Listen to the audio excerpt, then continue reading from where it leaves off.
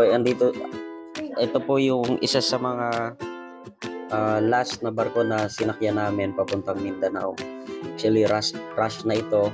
Wala na kaming ibang choice, kundi ito lang yung barko na dumating kasi. Ito ay biyaheng galing Dumaguete papuntang Dapitan. So, estimated biyahe is 4 to 5 hours depende sa takbo ng barko na yan. Ito ay sobrang luma, yung ibang mga room niya wala ng ilaw, tapos yung Chinese na barko kasi siya na ginawang parang delivery, parang cargo ship siya dito sa Pilipinas, biyaheng Visayas to Mindanao. So yung biyahe namin dito, kailangan namin kinabukasan nasa Mindanao area na kami para sumakto yung binigay naming oras sa mga kliyente ng pagdating namin. Ang bagsak namin ito is Dapitan. Mga madaling araw na ho kami dyan dumating.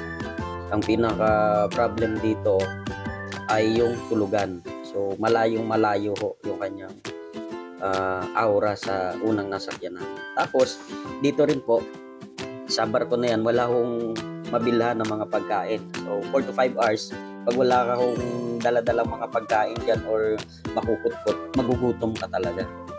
Tapos mahirap din matulog kasi kulang nga po sila sa facilities dyan sa barko na yan. So ang ginawa namin, kinausap namin yung kapitan ng barko kung pwede ba kami magluto para makakain kasi wala pa rin kaming kain. Ang tagal ho namin naghintay dyan sa pier, sa port ng Dumaguete para lang makasampa yung aming sasakyan. So meron kaming ham, may mga sausage, and ito yung binili namin sa Bacolod na piyaya. Then may mga noodles pa ho kami dyan, pancit canton. Then may natira pang Red Horse at Milo. So ginawa namin, dahil may dala naman kami mga lutuan, nagluto ho kami dyan. Nagpaalam lang kami sa kapitan ng barko. Sabi ng kapitan ng barko, mag-ingat lang at huwag magsunog, at yung mga kalat ay ililigpit pagkatapos. So yun yung ginawa namin, nagluto, nagpakulo muna kami ng tubig para maluto namin yung pancit canton kasi yung pinaka mabilis lutuin, at yun lang din ang dala talaga namin. Galing pa yung Batangas, sa Batangas pa ho namin binili yung pancit canton, yung mga pagkain na dala-dala namin na yan.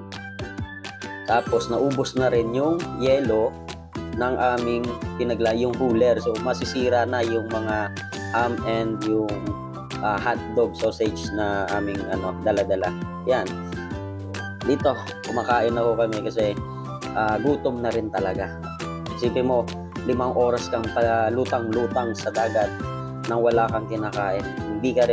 Wala rin mabilhan ng mga hindi katulad sa biyaheng Batangas to Katikla. Napakaganda ng kanilang kompleto. Ito kasi parang barko siya ng mga nagdi-deliver ng mga isda, malalaking tracking, mga tuna, ang karga-karga ng mga sasakyan na yan, yung mga tracking na yan. So yan. So mapapansin mo, maski yung mga higaan nila, wala na rin mga sapin, kahit yung foam wala na rin. Kasi parang inabando na, napabayaan yung barko nito. Pero nagbayad pa rin ho kami dyan ng almost 5,000 pesos sa aming parang pamasahe dyan. Libre na ho ang 2 tao, isang driver tapos yung isang pahinante. So 4 ho kasi kami dyan, nagbayad talaga yung 2. So yan, nakapagluto na kami, at yung kasama ng naming driver dyan, si Asyong, ay hindi na ho kumain kasi busog pa daw siya. Pero pagdating ng Dapitan na gutom, kinain yung naghahanap na ng pagkain. So yan, simulan namin na magluto kasi no choice na ho kami dyan. Wala na rin kaming ibang masakyan na barko para makarating sa Mindanao. So yan, simulan na natin ang kainan. So inuna namin dyan yung pancit canton. Habang kinakain namin yung pancit canton, nilalaga namin sa mantika yung sausage. So inubos na rin yung mantika. Ayan, so ako po yan. Tapos, as in madilim kasi talaga, kulang sa ilaw. Buti na lang may mga emergency light kami na dala-dala na magnetic lang siya. Yung mga cellphone namin, hindi ka rin dyan maka-charge, as in wala. So, buti na lang Boy Scout kami. Marami kami mga baon na mga kung ano-ano na kinakailangan din namin. Ginagamit namin dyan na ilaw is yung flashlight. Yung ilaw kasi na yan, nagagaling pa sa kabila doon, yung glass na ano. So, ito yung isa sa pinakamahirap na barko na nasakyan namin. Ayan, tinan mo, butas-butas pa yung wala na talaga. Paano ka matutulog dyan? Diba? Pero yung mga ilalim naman yan, okay. So, kompleto. Yung mga nasa taas lang, yung double deck kasi yan eh. Yung higaan na yan. So, yung sa taas, wala na. Yung sa ilalim, may mga cushion pa naman, naka-foam pa naman. Kaya, kahit pa paano, nakakatulog ka naman talaga dyan. Ang isa pa sa problem dito, yung CR. Yung CR talaga, napakahirap mag-CR. Hindi ko na binidyoan yan. Kasi sobrang madilim, walang tubig, kailangan mag-tubig. Kaya madaling araw siguro nakarating na ho kami ng Dapitan. Ang ginawa ho namin dyan, naganap na lang kami ng safe na lugar para makapagpahinga na rin kami. At hintay na lang yung umaga para magtuloy-tuloy kami sa biyahe. Kasi mahirap po bumiyahe ng gabi, lalo hindi ho natin alam ang pasikot-sikot sa lugar na yan. So, ang ginawa namin dyan, tumigil kami sa isang gasolinahan malapit sa I think Pagadian na yata yun siya. So, doon kami.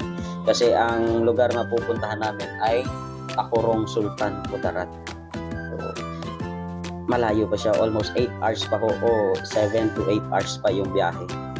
So, ang ginawa ho namin dyan, nagstay na lang muna kami sa gasolinahan para safe ang biyahe namin kinabukasan.